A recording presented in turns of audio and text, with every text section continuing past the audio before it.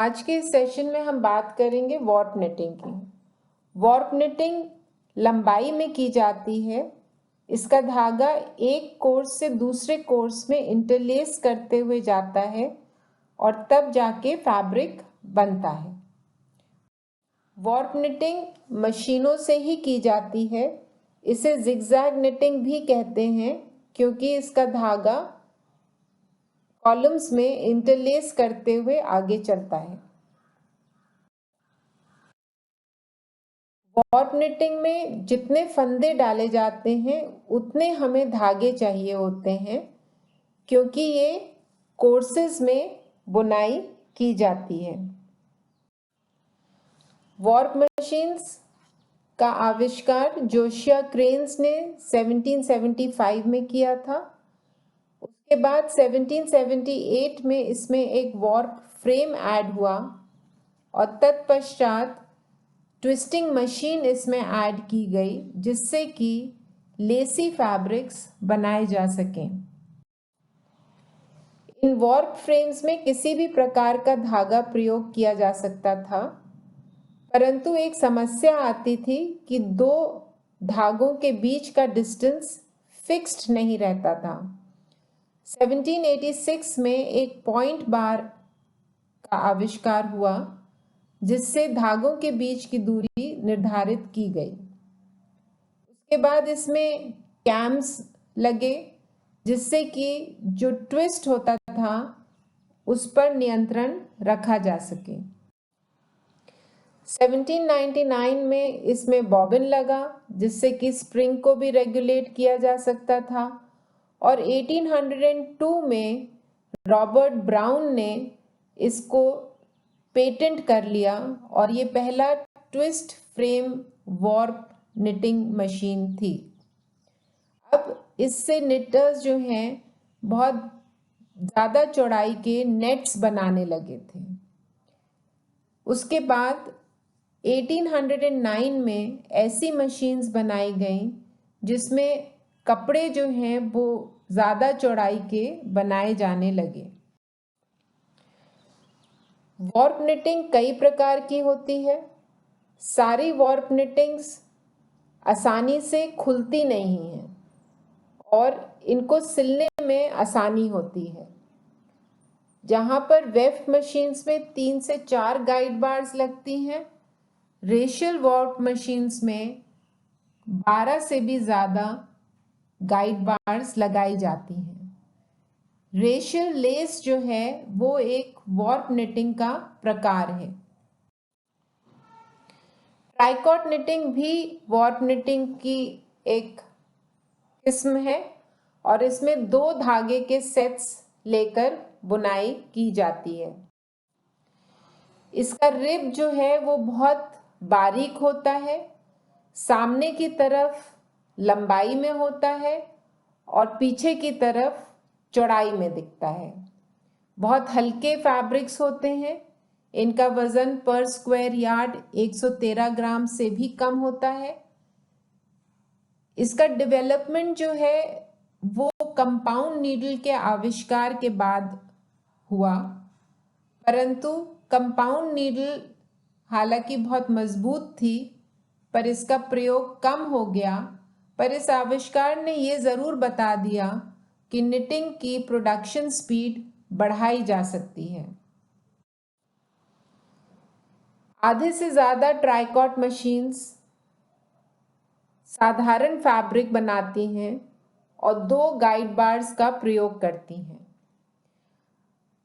क्योंकि warp knitting machines की जो साइकिल होती है उसमें जो बार का लंबत्व मूवमेंट होता है उसको बहुत क्लोजली मॉनिटर करना होता है। इस मॉनिटरिंग के लिए मेटल चेन्स की आवश्यकता पड़ती है।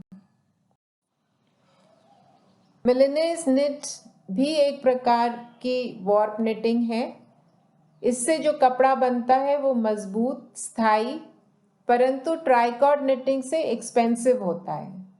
इसका प्रयोग ज़्यादातर नाइटवेयर्स और लिंगरीज में किया जाता है और इसका कपड़ा जो है 2 सेट ऑफ यार्न से बनाया जाता है जिनको डायगनली बुना जाता है।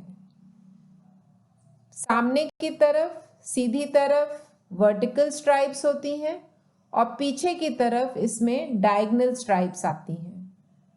कपड़ा इसी वजह से बहुत हल्का चिकना होता है और आसानी से खुलता नहीं है, जिसके वजह से इसको सिलने में आसानी होती है। मिलेनिस कपड़ा अब बहुत ज़्यादा लोकप्रिय नहीं है। रेशियल निटिंग बहुत ज़्यादा पॉपुलर है क्योंकि इसमें वैरायटीज़ बहुत ज़्यादा बन जाती हैं। 1855 में रेडगेट ने एक सर्कुलर लूम पर वॉर्प निटिंग का प्रयास किया। एक जर्मन फर्म ने सबसे पहले इस मशीन से रेशियल शॉल्स बनाए। रेशियल शॉल्स का नाम French actress Elisabeth Felix Rachel के नाम पर पड़ा था। 1859 में इस मशीन को बेहतर बनाते हुए रेशियल मशीन्स बनाई गईं, जिनमें आगे चलकर जकार्ड ऑपरेटर्स भी लगाया गया। रेशियल मशीन्स बहुत हाई स्पीड पर काम करती थी और इनकी सबसे ज़्यादा खूबी ये थी कि इस समय 1950 के लगभग जब नया सिंथेटिक फाइबर्स का आविष्कार हुआ, नायलॉन और पॉलिएस्टर जैसे, इन धागों को भी रेशियल मशीन्स पर आसानी से बुना जा सकता था। अब रेशियल मशीन से बहुत अच्छी तरह की लेसेस बनाई जाने लगी थीं। रेशियल तकनीक से बने कपड़े स्ट्रेच नहीं करते थे, परंतु बहुत भारी हुआ करते थे।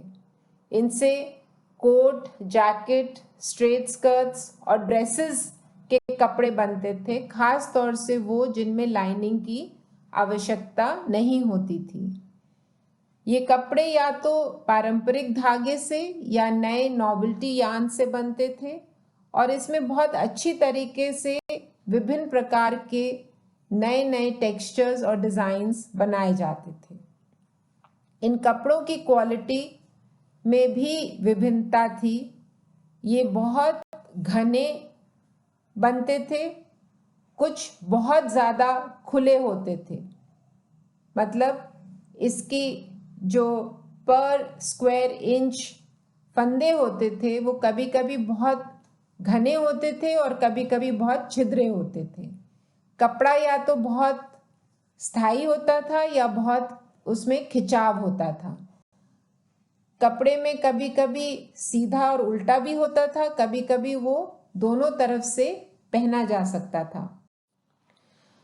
Racial warp knitting machines less fabric और ट्रिमिंग्स बनाती हैं, अपहोल्स्ट्री बनाती हैं दोनों अंदर और बाहर के लिए, मिलिट्री फैब्रिक्स बनाती हैं, खास तौर से जो बैकपैक्स के लिए प्रयोग किए जाते हैं। इनसे खुले हुए जालदार मेश भी बनते हैं, जो जैसे उससे अगर पॉकेट्स बनाएं तो जो अंदर पॉकेट के रखा है वो आपको दिखेगा। तो विजिबिलिटी और हवा दोनों ही इन कपड़ों के आर पार होती है।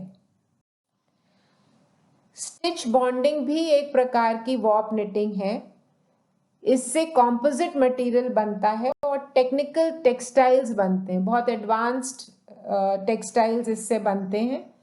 इनका प्रोडक्शन मेथड बहुत एफिशिएंट है और जिनको हम रीइंफोर्स्ड टेक्सटाइल्स कहते हैं, इनका इंडस्ट्रियल यूज़ होता है, उसके लिए ये वॉर्प निटिंग स्टिच बॉन्डिंग की तरह के ज़रिए से बनाई जाती है। इसका एडवांटेज ये है कि ये बहुत हाई प्रोडक्टिविटी रेट से बनाया जाता है और इसमें फाइबर रीइंफोर्स्ड प्लास्टिक्स भी बनते हैं, मतलब प्लास्टिक के पीछे जब हम फाइबर लगा देते हैं तो वो ज़्यादा मजबूती उसमें आ जाती है, उसकी लॉन्जेविटी ज़्यादा हो जाती है। ऐसे प्लास्टिक फाइबर्स कपड़े भी बनाए जाते हैं। वॉर्प निटेड फैब्रिक्स का एडवांटेज ये है कि इनकी प्रोडक्टिविटी रेट बहुत ज़्यादा है,